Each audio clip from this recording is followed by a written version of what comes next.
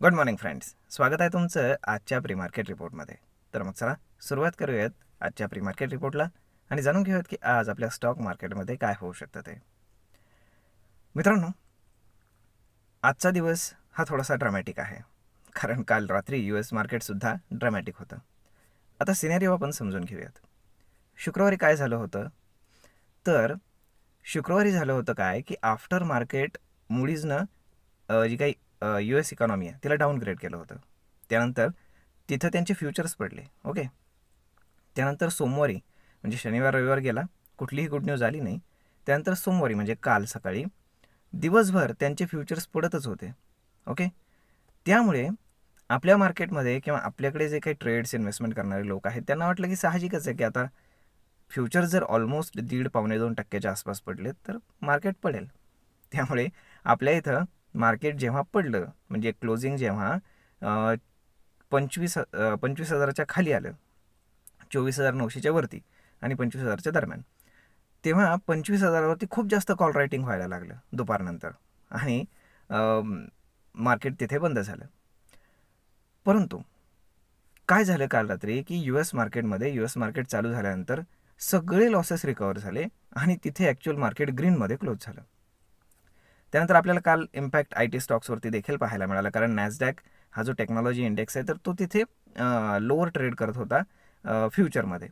त्यामुळे इथे सुद्धा IT स्टॉक्स जे आहेत ते प्रॉफिट बुकिंगमध्ये आले होते. परंतु आज अशी परिस्थिती आहे की आज बँकिंग स्टॉक्सही चांगलं करू शकतात आणि IT स्टॉक्ससुद्धा चांगलं परफॉर्म करू शकतात. त्यामुळे साहजिकच आहे की इंडेक्स इझिली 25,000 ब्रेक करून वरच्या साईडला जाईल. आता जर तुम्ही साहजिकच आहे, आपण एक ज्याला छोटंसं शॉर्ट कवरिंग म्हणू शकतो, तर ते घडू शकतं. 25,000च्या वरती जर इंडेक्स जर मेंटेन झाला तर साहजिकच आहे की मार्केट अजून वर जाण्याची पॉसिबिलिटी आहे. आता एक्सपायरीसाठी शिल्लक आहेत अजून 2 दिवस. ओके. मग हा सगळा सिनेरिओ आणि ड्रामा पाहता डाऊन साईड जी आहे तर ती प्रोटेक्टेड झालेली आहे 24,800 आणि 24,500 या दरम्यान.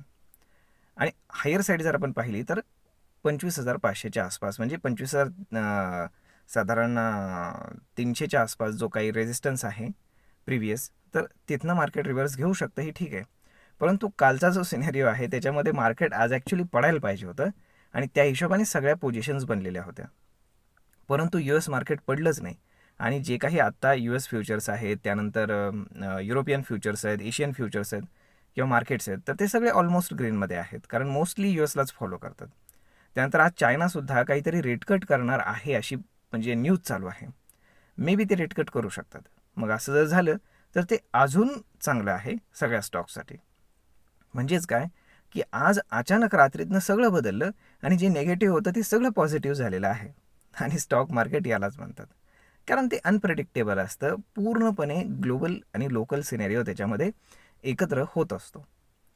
त्यामुळे आता साहजिकच आहे की जे पुट्सचे भाव वाढलेले होते, काल इंडिया विक्स वाढलेला होता, तर ते आज तसं राहण्याची काहीही पॉसिबिलिटी नाही आहे. त्यामुळे ज्या लोकांना पुट ऑप्शन सेल करायचे असतील किंवा जे करतायत तर ते 24,800 आणि त्याच्या खाली 24,500च्या दरम्यान, या दरम्यान भरपूर सारं पुट रायटिंग होत आहे. आणि त्याच्यावरती जर आपण पाहिलं तर 25,000ला जे कॉल रायटिंग आहे त्याच्यात आता मे बी अनवाइंडिंग सुरू होईल, कारण मार्केट गिफ्ट निफ्टी इंडिकेटच करते की मार्केट 100 पॉईंटच्या आसपास गॅपअप ओपन होईल, म्हणजे 25,000च्या वरती. त्यामुळे साहजिकच आहे की मार्केट थोडंसं कन्सॉलिडेशन करत राहील, कारण कन्सॉलिडेशन करण्यासाठी मार्केटकडे भरपूर जागा आहे. डाऊन साईडला 24,900, हायर साईडला 25,200 ते 300 याच्या दरम्यान मार्केट कन्सॉलिडेट करत राहील आणि त्यानंतर मार्केट आयदर ब्रेकआउट करेल, आयदर ब्रेकडाऊन करेल. तर ह्या सगळ्या पॉसिबिलिटीज मार्केटमध्ये पॉसिबल आहेत, हे लक्षात ठेवा. जर आता आपण पाहिलं तर साहजिकच आहे की आज बँकिंग स्टॉक्सही फोकसमध्ये आहेत, त्यानंतर IT स्टॉक्स रिकवर होऊ शकतात, कारण नॅसडॅक रिकवर झालेला आहे. त्यामुळे मार्केटला एक प्रकारचा बूस्ट मिळू शकतो असं आपण म्हणू शकतो. तर मग अशा पद्धतीनं जेव्हा जेव्हा बुल मार्केट असतं तेव्हा कॉल रायटर्सला, म्हणजे जे काही मार्केटमध्ये बेरिशनेस घेऊन बसलेले आहेत, त्यांना ट्रॅप करण्याचं काम अशा पद्धतीनं होत असतं. त्यामुळे पाहूयात की काय होतं ते, कारण USलाच जर मूडीजनं डाऊनग्रेड केलं होतं आणि तिथल्याच मार्केटने जर ते सिरियसली घेतलेलं नसेल तर जगातले मार्केट्स ते कशासाठी सिरियसली घेतील, बरोबर ना? त्यामुळे ह्या अशा गोष्टी घडत राहतात. तर मग मित्रांनो, अशा पद्धतीनं मार्केट पॉझिटिव्हच राहण्याची पॉसिबिलिटी खूप हाय आहे, हे लक्षात घ्या. आणि जिथे कुठे मार्केटमध्ये डिप येईल तर तिथे बाईंग होईल, एवढं मात्र लक्षात असू द्या. त्यामुळे फार मोठा फॉल वगैरे असं काही तुम्ही एक्सपेक्ट बिलकुल करू नका.